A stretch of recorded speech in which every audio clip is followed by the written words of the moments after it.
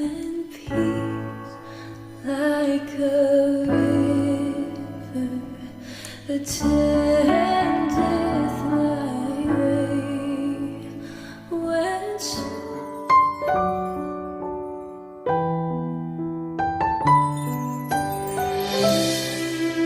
Selamat pagi Bapak Ibu Saudara yang dikasihi Tuhan. Kita patut mengucap syukur ketika pagi hari ini pun Tuhan masih berikan kita kesehatan untuk kita boleh bersama-sama belajar merenungkan kembali kebenaran firman Tuhan. Mari sebelum kita boleh bersama-sama untuk kita boleh belajar merenungkan kebenaran firman Tuhan, mari kita akan berdoa mohon pimpinan dan penyertaan Tuhan. Mari kita akan berdoa. Segala puji sembah dan syukur kami naikkan kepadamu Tuhan.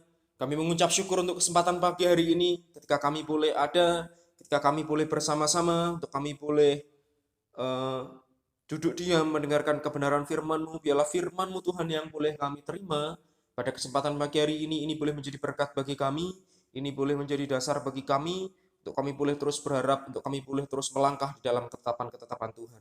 Kami menyerahkan setiap jemaat-Mu Tuhan, baik yang ada di gereja maupun yang pagi hari ini masih ada di rumah-rumah, dalam ibadah mandiri kami. Biarlah di tengah segala situasi dan kondisi yang terjadi saat ini Tuhan, Kau hadir di tengah-tengah kami, hadir dalam ibadah kami, sehingga kami boleh menerima urapan berkat yang daripada-Mu. Tuhan, sucikan Tuhan, layakkan hati kami, untuk kami boleh menerima sabda kebenaran firman-Mu. Kami serahkan pagi hari ini Tuhan, kami siap menyambut berkat-Mu, hanya dalam nama-Mu yang kudus. Haleluya. Amin. Bapak Ibu Saudara yang dikasih Tuhan, pagi hari ini kita mau belajar bersama-sama dari kitab dalam perjanjian lama. Kita akan buka bersama-sama dari Hosea pasal yang ke-6. Kitab Hosea pasal yang ke-6 ayat yang pertama sampai yang ke-6. Hosea pasal yang ke-6 ayat yang pertama sampai yang ke-6. Saya akan membacakannya. Mari kita perhatikan bersama-sama. Hosea pasal 6 ayat yang pertama sampai yang ke-6. 1, 2, 3. Mari kita akan berbalik kepada Tuhan, sebab Dialah yang telah menerkam dan yang akan menyembuhkan kita, yang telah memukul dan yang akan membalut kita. Ia akan menghidupkan kita sesudah 2 hari, pada hari yang ketiga Ia akan membangkitkan kita dan kita akan hidup di hadapannya. Marilah kita mengenal dan berusaha sungguh-sungguh mengenal Tuhan. Ia pasti muncul seperti fajar, Ia akan datang kepada kita seperti hujan pada akhir musim yang mengairi bumi. Apakah yang akan kulakukan kepadamu, hai Efraim? Apakah yang akan kulakukan kepadamu, hai Yehuda? Kasih setiamu seperti kabut pagi dan seperti embun yang hilang pagi-pagi benar.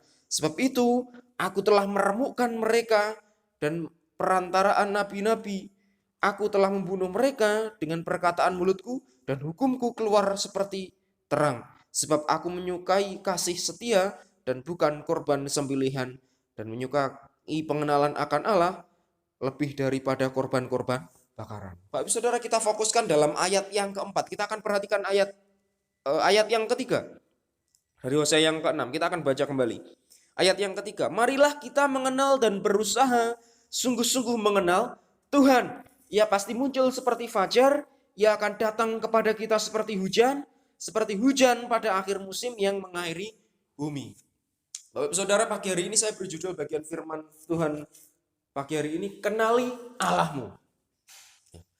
Pertanyaannya, kembali saya tanyakan pada diri kita masing-masing. Sudahkah kita mengenal Allah kita? Sudahkah Bapak Ibu Saudara mengenal Allah Bapak Ibu Saudara sampai sejauh ini? Selama masa pengenalan ini, selama kita mengikut Tuhan, dalam kehidupan kekristenan kita, sudahkah Bapak Ibu Saudara mengenal Tuhan Allah Bapak Ibu Saudara dengan baik? Ini menjadi pertanyaan penting bagi saya dan saudara dalam kehidupan kekristenan kita. Minggu yang lalu kita sudah belajar bersama-sama bagaimana supaya kita masuk lebih dalam lagi. Masuk lebih dalam berbicara akan pengenalan kita dengan Allah juga. Kalau Bapak Ibu Saudara perhatikan pesan firman Tuhan beberapa minggu ke belakang ini berbicara tentang hubungan kita dengan Tuhan.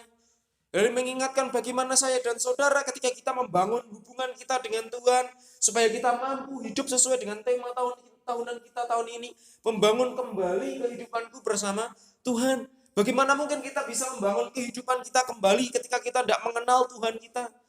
Bagaimana kita bisa membangun kehidupan kita kembali ketika kita tidak menjaga hubungan kita? Bagaimana mungkin kita mengenal Allah kalau kita tidak mau menjaga hubungan kita dengan Allah kita. Lah pagi hari ini kita mau belajar bersama-sama Bapak Saudara dari kitab Hosea ini. Kalau kita perhatikan dari ayat yang ketiga diawali dengan kata marilah kita mengenal dan berusaha sungguh-sungguh mengenal Tuhan. Ada kalimat perintah di sini. Marilah, kata marilah berbicara kata ajakan. Bagaimana Hosea mengajak orang-orang Israel pada waktu itu supaya mereka mengenal dan berusaha sungguh-sungguh mengenal Tuhan. Artinya sebuah kalimat ini disampaikan tidak begitu saja, pasti ada tujuan di balik itu semua. Apa tujuan penulisan dari kitab ini? Bapak Saudara, kitab Hosea ini ditulis oleh Hosea bin Beri. Dia seorang nabi yang dipilih oleh Allah sendiri. Bapak Saudara, kitab Hosea ini merupakan salah satu dari 12 kitab nabi-nabi kecil. Bahkan kitab Hosea ini menjadi kitab yang pertama yang ditulis, yang disampaikan dari ke-12 kitab nabi-nabi kecil. Apa isi dari kitab ini?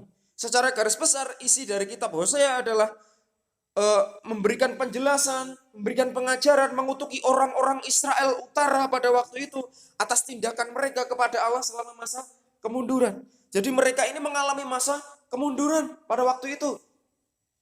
Kita tahu bersama kondisi pada waktu itu ketika Israel pecah menjadi dua. Israel Selatan dan Israel Utara. Israel Utara ini yang lebih dikenal sebagai Samaria. Israel Selatan yang lebih dikenal sebagai Yehuda. Kitab Hosea ini ditujukan kepada orang-orang di utara pada waktu itu. Di mana kondisi mereka atas kondisi yang terjadi pada masa kemunduran. Mereka, tindakan mereka kepada Allah tidak mencerminkan tindakan yang benar. Saudara, pada dasarnya pada waktu itu ketika Israel Utara diperintah oleh Yerobeam II sebenarnya mengalami masa yang baik, masa-masa kemakmuran selama 41 tahun masa pemerintahan Yerobeam. Tetapi pada waktu itu pula, pada masa kemakmuran itu juga tanpa disadari terdapat korupsi, terdapat kemerosotan spiritual. Ini pun biasanya terjadi dalam kondisi saat ini. Ketika seseorang merasa dirinya ada di masa puncak kejayaannya, seringkali melupakan Tuhan dalam hidupnya. Akhirnya apa? Terjadi kemerosotan iman, terjadi kemerosotan spiritual dalam kehidupan keagamaan mereka. Dan ini menjadi jalan kejatuhan bagi Israel Utara pada waktu itu. Dampaknya apa? Impact dari kemerosotan spiritual, impact dari terjadinya korupsi adalah kemerosotan ekonomi kerajaan pada waktu itu. Kemerosotan moral mereka menjadi buruk. Dan akhirnya ini membuka pintu kejahatan yang terjadi. Dan pada akhirnya ini yang menjadi alasan kenapa Hosea menuliskan surat ini ditujukan kepada orang-orang pada waktu itu. Supaya mereka mengingat kembali kehidupan mereka, siapa mereka. Saudara yang dikasihi Tuhan, latar belakang penulisan kitab Hosea adalah tentang bagaimana Allah melalui Nabi Hosea memanggil orang-orang Israel supaya mereka bertobat dari jalan-jalan mereka yang jahat, dari jalan-jalan apa yang sekehendak hati mereka, yang sesuai dengan hati mereka. Saya sering katakan bahwa apa yang sesuai dengan kehendak hati kita sendiri ini belum tentu baik menurut Tuhan. Ya itu pun yang dialami oleh orang-orang Israel Utara pada waktu itu. Mereka melakukan penyembahan berhala, perbuatan kefasikan yang tidak kunjung berhenti, kejahatan yang terus-menerus dalam kehidupan mereka, sebelum akhirnya menyerahkan bangsa Israel kepada pembuangan di wilayah utara pada waktu itu. Bapak Saudara, kalau kita perhatikan namun demikian luar biasanya, kitab ini ditulis untuk menyatakan bahwa Allah tetap mempertahankan kasih-Nya kepada umat perjanjian. Pada umatnya, bangsa Israel yang kerap tidak setia ini dan sungguh-sungguh ingin menebus mereka dari kejahatannya. Bapak Saudara, di satu sisi, di tengah kejahatan yang terjadi, di tengah kemerosotan spiritual yang terjadi, seharusnya Allah berhak marah loh kepada bangsa Israel pada waktu itu. Tapi di satu sisi Allah memang marah. Allah memang marah dengan apa yang mereka lakukan, apa yang mereka kerjakan. Tapi di satu sisi, melalui Nabi Hosea, Allah menunjukkan bahwa Allah mengasihi mereka. Ada kasih Allah yang sesungguhnya. Nah, Bapak Ibu Saudara yang dikasihi Tuhan, seperti yang kita ketahui bahwa bangsa Israel ini mengalami pasang surut kepercayaan mereka di dalam perjalanan dengan Tuhan. Makanya bangsa Israel disebut bangsa yang degil hatinya. Kita tahu ketika masa perjalanan keluar dari tanah Mesir menuju tanah perjanjian, kenapa mereka harus berjalan sebegitu lamanya di padang gurun. Padahal kalau kita belajar secara literatur, perjalanan mereka bisa ditempuh selama 6 bulan saja sampai tanah perjanjian. Kenapa mereka harus muter-muter, bahkan harus sekian generasi? Bukan generasi yang keluar pertama kali yang bisa masuk ke tanah Kanaan. Karena Tuhan mau mengajarkan kepada mereka arti ketaatan yang sesungguhnya. Karena bangsa Israel ini bangsa yang degil hatinya, bangsa yang sering mengalami pasang surut kepercayaan mereka di dalam Tuhan. Hal ini sering digambarkan seperti siklus roda yang berputar, saudara. Tidak pernah berhenti. Tidak pernah berhenti berputar. Kadang di atas, kadang di bawah. Kalau sudah di bawah, kadang naik ke atas lagi. Nah, ini yang terjadi pada bangsa Israel pada waktu itu. Sebentar mereka bertobat lalu berpaling dari jalan Tuhan. Kemudian datanglah musuh dari bangsa lain menyerang. Lalu berseru-seru mereka kepada Tuhan. Kemudian datanglah pertolongan Tuhan. Mereka bertobat untuk kemudian berpaling lagi, terus muter seperti itu, saudara. Nah, makanya mereka disebut bangsa yang degil hatinya. Mereka bertindak sesuka hati mereka. Lepas kesel, balik lagi. Minta tolong Tuhan, nangis-nangis. Kalau Tuhan sudah tolong, mereka ada di titik tertinggi, balik lagi. Nah, mungkin kalau saya bisa katakan ini tobat sambel, saudara. Tobat sambel, tahu tobat sambel? Tobatnya berhentinya kalau kepedesan, mas saudara. Kalau sudah rasanya tidak kuat kepedesan, tapi sudah minum lagi, sudah pedesnya hilang, balik lagi, mbak saudara. Pengen lagi, nyoba lagi. Nah, ini yang namanya tobat sambel. Hati-hati. Dalam kondisi akhir-akhir ini pun juga terjadi. Banyak orang-orang pemercaya Kristus yang demikian. Mereka yang tobat-tobat sambel, mbak saudara. Tidak tobat dengan sungguh-sungguh. Penyerahan diri mereka tidak sungguh-sungguh. Ketika mereka bertobat,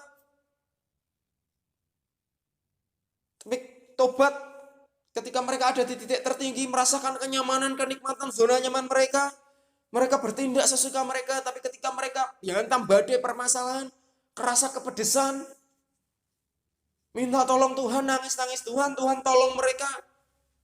Tapi ketika kondisi sudah berjalan demikian dengan baiknya, mereka lali, melupakan Tuhan.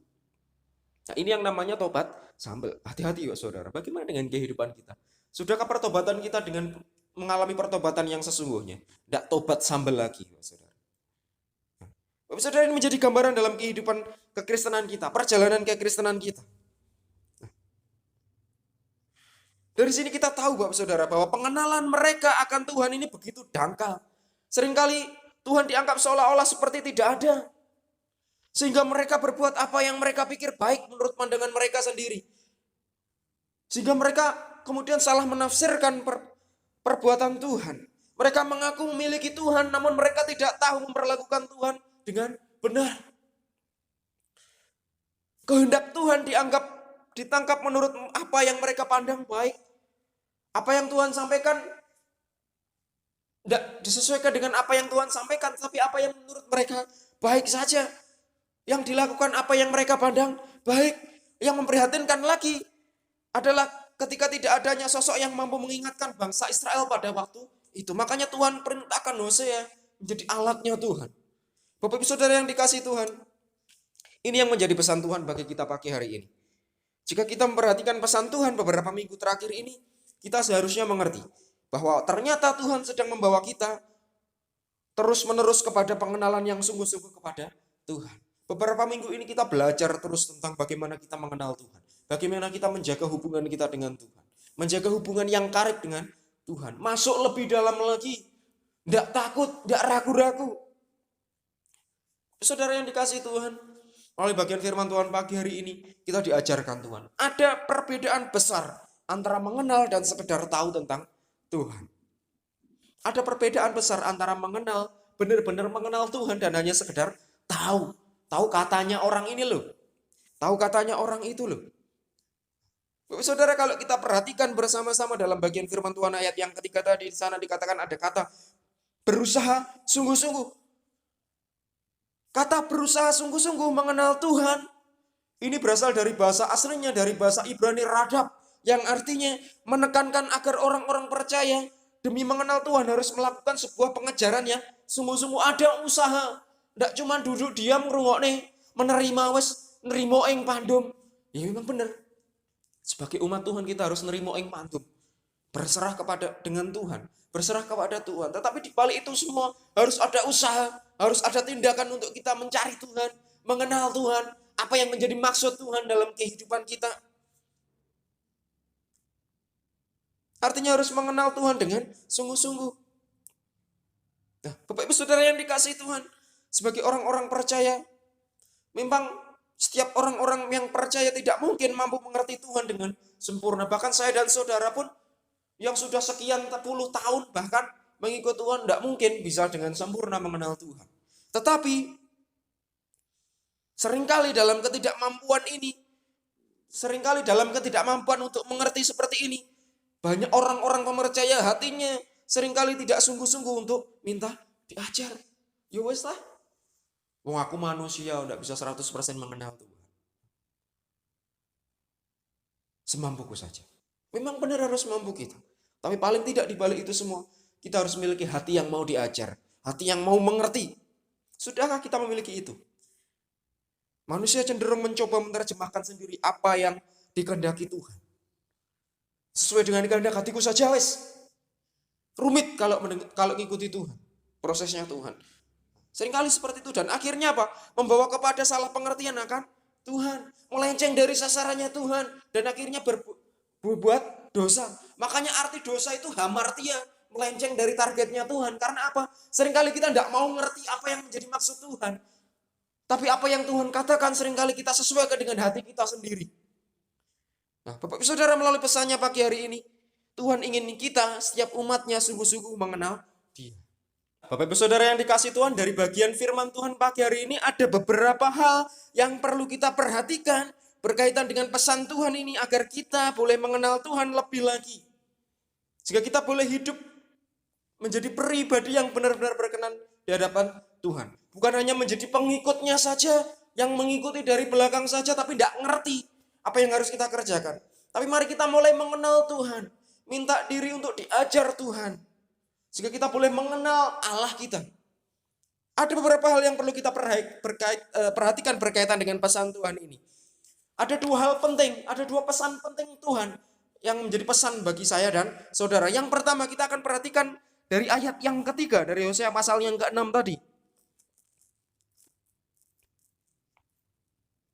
Marilah kita mengenal dan berusaha sungguh-sungguh mengenal Tuhan. Ia pasti muncul seperti fajar, ia akan datang kepada kita seperti hujan pada akhir musim yang mengairi bumi. Bapak Saudara, ada dua pesan penting Tuhan yang akan kita pelajari pagi hari ini melalui pesan yang disampaikan oleh Hosea ini. Yang pertama, di ayat yang ketiga, di bagian pertama kita tahu bersama ada kalimat ajakan, ada kalimat perintah. Di sana dikatakan marilah kita mengenal dan berusaha sungguh-sungguh mengenal Tuhan. Ini bukan hanya sekedar ajakan, tetapi ini menjadi perintah bagi setiap umat Tuhan. Bukan hanya bagi orang-orang Israel pada waktu itu, tapi juga berlaku bagi saya dan saudara. Di tengah kehidupan kita saat ini, di tengah segala konflik yang kita hadapi saat ini, ada pesan Tuhan yang penting. Apa pesan Tuhan yang pertama? Pesan Tuhan yang pertama yang ditujukan kepada saya dan saudara juga adalah supaya kita mengenal Tuhan merupakan hasil dari sebuah pengalaman bersama. Pengenalan kita akan Tuhan ini loh, merupakan hasil dari sebuah pengalaman bersama Tuhan. Ini menjadi pesan Tuhan bagi kita. Yang pertama, mengingatkan kepada kita bahwa pengenalan kita akan Tuhan merupakan hasil pengalaman bersama dengan Tuhan. Artinya apa, Bapak Saudara? Kalau kita mau mengenal Tuhan, berarti kita harus mau mengalami Tuhan. 2 minggu yang lalu kita belajar tentang Ayub, Bapak Saudara. Dia orang yang taat, dia orang yang setia, orang yang berkenan di hadapan Allah. Makanya dikatakan dia sahabat Allah. Dia dikatakan mengenal Tuhan karena dia mengalami bersama dengan Tuhan. Dia mau mengalami Tuhan dalam hidupnya walaupun itu pahit, walaupun itu tidak enak, walaupun itu menyengsarakan pribadinya. Tapi di balik itu semua dia percaya bahwa apa yang Tuhan izinkan terjadi dalam hidupnya itu semua yang terbaik, yang daripada Tuhan. Nah, ini menunjukkan Bapak Saudara bahwa mengenal Tuhan ini merupakan hasil dari sebuah pengalaman bersama dengan Tuhan. Artinya kalau kita mau mengenal Tuhan, tidak cukup tahu katanya. Tidak cukup kita hanya, oh katanya orang ini, oh katanya itu. Makanya tadi di awal saya katakan bahwa mengenal dan sekedar tentang tahu akan Tuhan itu berbeda. Ada perbedaan besar antara mengenal dengan sungguh-sungguh dan hanya sekedar tahu dari orang lain. Katanya seperti ini loh, katanya. Kalau katanya berarti yang mengalami orang lain. Bukan saya dan saudara. Tapi kalau kita benar-benar mengenal Tuhan, artinya kita menjadi pelaku-pelaku itu sendiri.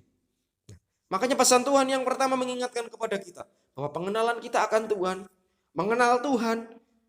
Kalau kita mau sampai disebut di titik mengenal Tuhan, berarti kita harus mengalami sebuah pengalaman bersama Tuhan. Mengalami secara langsung. Ini loh yang disebut proses kita.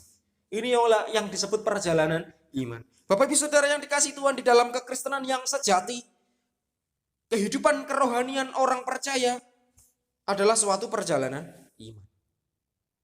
Kalau kita masuk di dalam kekristenan yang sejati, bukan yang abal-abal. Bukan hanya kekristenan yang ikut-ikutan. Kalau kekristenan yang ikut-ikutan, mereka tidak akan ngerti. Mereka tidak akan sanggup berjalan dalam perjalanan iman. Mereka akan menganggap itu menjadi masalah yang besar buat mereka.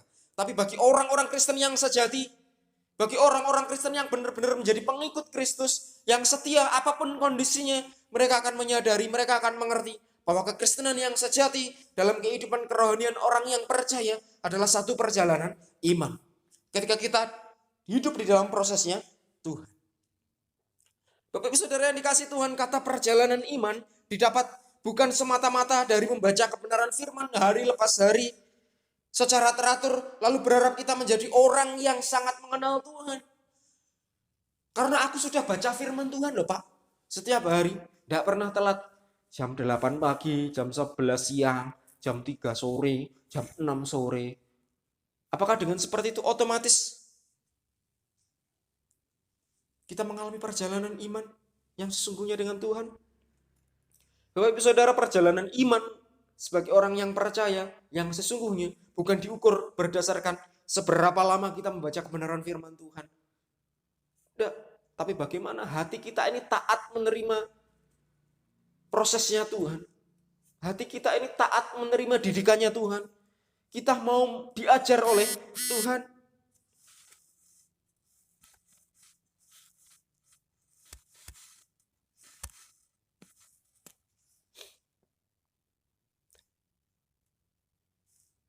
Perjalanan iman yang sesungguhnya dilihat dari sebuah kehidupan penyembahan yang benar, disertai praktik perjalanan bersama Tuhan sebagai wujud menghidupi kebenaran yang kita terima. Tapi jangan disalahartikan. Bukan berarti dengan saya katakan, oh nggak berdasarkan dengan membaca firman Tuhan. Bukan berarti, alah Pak Pendeta bilang nggak baca firman Tuhan. Bukan nggak berbicara tentang perjalanan iman kok, berarti nggak usah baca firman Tuhan, ya enggak apa-apa. Bukan seperti itu. Kita memang harus belajar mengenal Tuhan melalui kebenaran firman Tuhan, tapi lebih daripada itu kita harus mengalami dalam kehidupan kita. Kita harus mengalami Tuhan dalam hati kita. Nah, Bapak Saudara, kita harus mengalami sebuah kehidupan penyembahan yang benar, serta praktik berjalan bersama Tuhan sebagai wujud menghidupi kebenaran yang kita terima. Bapak Saudara, sepanjang catatan Alkitab kita menemukan tokoh-tokoh iman yang mengalami pengenalan akan Tuhan yang luar biasa saat meneliti perjalanan mereka bersama Tuhan. Ada Abraham. Kita mendapati sosok Abraham, pribadi yang sungguh mengenal Allahnya. Pengenalan yang didapat bukan semata-mata melalui pertemuan sesaatnya dengan Allah, tapi hasil dari sebuah perjalanan panjang, perjalanan hari lepas hari bersama Allah. Sejak Abraham dipanggil keluar oleh Allah dari negerinya ke negeri yang telah ditunjukkan kelak oleh Allah. Kehidupan yang diwarnai oleh ketegangan penuh kepada Tuhan, diwarnai oleh ketergantungan penuh dengan Tuhan. Dia tidak bertanya kepada Tuhan, Tuhan di sana nanti ada apa? Tidak. Tapi Abraham percaya bahwa apa yang Allah katakan, apa yang Allah sampaikan ini menjadi perintah yang harus dikerjakan. Saudara, kita dapat bayangkan, berjalan menuju arah yang tidak kita ketahui sebelumnya. Kita tidak pernah tahu nanti kondisi yang terjadi di sana seperti apa. Kita tidak pernah tahu nantinya seperti apa yang kita hadapi. Kita tidak pernah tahu sebelumnya. Dapat menimbulkan berbagai persepsi yang salah tentang Tuhan. Seringkali itu yang terjadi. Benarkah Tuhan berbicara? Itu yang terjadi dalam kehidupan kita. Seringkali bertanya-tanya demikian. Benarkah Tuhan yang berbicara? Mungkinkah Tuhan yang memanggil dirinya? Mungkinkah Allah yang memanggil Abraham? Mengapa Tuhan lalai menepati janjinya? Mungkin seringkali tanpa kita sadari, kalau kita melihat proses Abraham, mungkin kalau kita menjadi Abraham, sekian tahun doa yang disampaikan ingin mendapat keturunan, belum dijawab-jawab Tuhan, padahal dia orang yang taat, orang yang setia. Mungkin kita akan bertanya-tanya, kenapa kok Tuhan lalai menjawab doanya? Ya, saudara, di saat posisi seperti ini, di saat kondisi yang seperti ini, yang Tuhan mau hanya satu, saudara. Ketaatan untuk kita menanti janjinya Tuhan. Nah, seringkali pertanyaan-pertanyaan yang lain pun timbul dalam kehidupan kita. Tetapi Bapak Saudara, pertanyaan serupa tidak mustahil pun juga ada dalam kehidupan saya dan saudara. Ketika kita mengalami hal yang sama seperti ini. Ketika kita tidak mengenal Allah dengan sungguh-sungguh, kita akan mengalami banyak pertanyaan-pertanyaan dalam kehidupan kita. Tetapi Abraham, dia tidak bertanya hal yang demikian karena dia mengenal Allah. Bapak Saudara, dari hal yang pertama ini, Tuhan mau sampaikan kepada saya dan saudara bahwa kita harus mengenal Tuhan dengan sungguh-sungguh. Pengenalan kita akan Tuhan berawal dari sebuah pengalaman bersama dengan Tuhan. Ketika kita setia, ketika kita taat menerima pengalaman yang daripada Tuhan, menanti jawaban yang daripada Tuhan, maka kita akan mengalami pengalaman yang bersama dengan Tuhan. Kita akan lebih sungguh mengenal Tuhan. Kita akan mengenal Tuhan dengan sungguh-sungguh.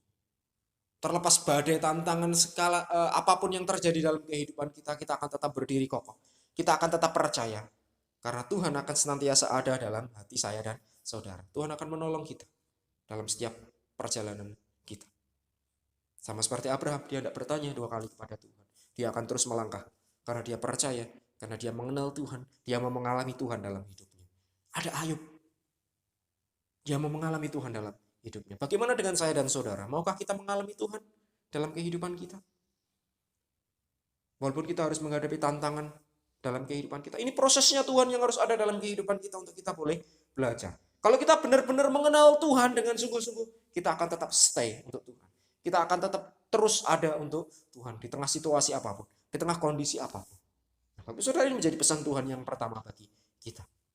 Supaya kita mengerti bahwa mengenal Tuhan ini merupakan hasil dari sebuah pengalaman bersama Tuhan. Ketika kita mau mengalami Tuhan dalam hidup kita. Yakin dan percaya bahwa kita tetap, ketika kita mau mengenal Tuhan, ketika kita mau mengalami Tuhan dalam hidup kita, kita mau taat, kita mau setia, yakin dan percaya bahwa sebesar apapun tantangan yang kita hadapi, Tuhan akan senantiasa pegang Bapak Ibu Saudara.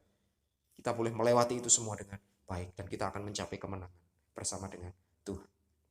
Ini menjadi pesan Tuhan yang pertama pagi hari ini. Bapak Ibu Saudara, itu tadi pesan Tuhan yang pertama. Kemudian yang kedua, yang terakhir apa? Kita masih akan perhatikan di pasal yang ke-6 ayat yang ketiga. Di kalimat yang selanjutnya, di sana dikatakan, ia pasti muncul seperti fajar, ia akan datang kepada kita seperti hujan pada akhir musim yang mengairi bumi. Bapak Ibu Saudara yang dikasih Tuhan, kalau pesan Tuhan yang pertama tadi mengatakan, sampaikan kepada kita bahwa pengenalan kita akan Tuhan, mengenal Tuhan merupakan hasil dari sebuah pengalaman bersama dengan Tuhan. Sama seperti apa yang dialami oleh Abraham. Walaupun dia tidak pernah tahu nanti apa yang akan terjadi, tapi dia percaya bahwa apa yang Tuhan sampaikan, apa yang Tuhan perintahkan, itu yang terbaik dalam hidupnya. Nah, pesan Tuhan yang kedua, kita diingatkan bahwa ia akan muncul seperti fajar di ayat yang ketiga. Yang kedua mengingatkan kepada kita bahwa pengenalan akan Tuhan, mengenal Tuhan akan membukakan perkara-perkara yang tidak kita pahami sebelumnya. Akan membukakan apa yang tidak kita mengerti sebelumnya. Bapak Saudara yang dikasih Tuhan, kalau kita perhatikan teks ini yang ditulis oleh di kitab Hosea, kerinduan hati Tuhan atas bangsa Israel pada waktu itu diserukan melalui sosok Nabi Hosea.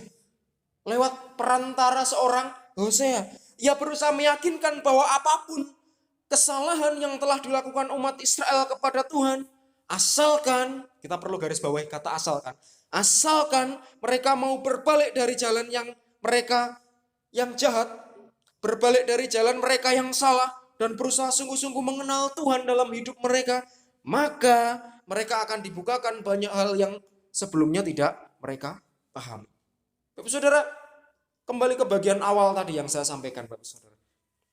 Di balik ketegasan Tuhan, di balik kemurkaan Allah bagi bangsa Israel, di satu sisi ada kasih Allah yang benar-benar nyata yang disampaikan melalui Nabi Hosea, bahwa mereka benar-benar mengasihi bangsa Israel ini.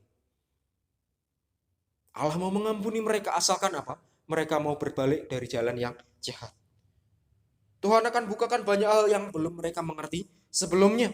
Mereka yang tadinya meninggalkan Tuhan dan menyembah kepada ilah yang lain, kepada Allah-Allah yang lain, dengan harapan akan mendapatkan sesuatu yang luar biasa, akan mengalami kehadiran dan kuasa Tuhan yang nyata. Asalkan mereka mau berbalik dari hal yang jahat. Mereka mau taat kepada ketetapan-ketetapan apa yang Allah sampaikan. Bapak Saudara, di sini mengingatkan kepada kita, menunjukkan kepada kita bahwa mengenal Tuhan ini akan membukakan perkara-perkara yang tidak kita pahami sebelumnya.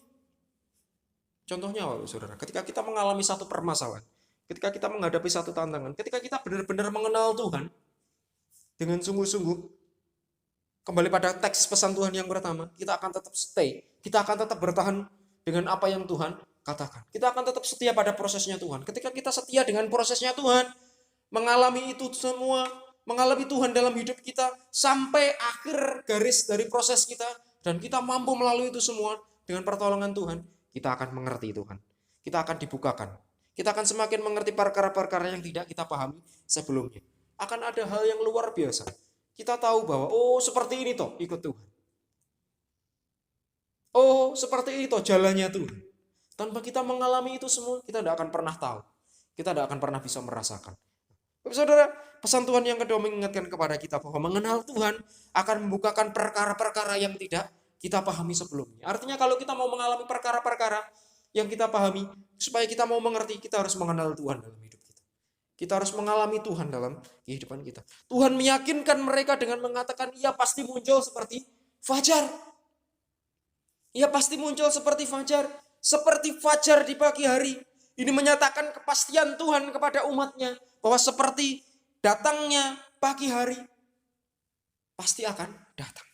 Sepanjang apapun kondisi ini, sepanjang apapun kondisi malam yang kita alami, kehadiran fajar di pagi hari adalah sesuatu yang pasti.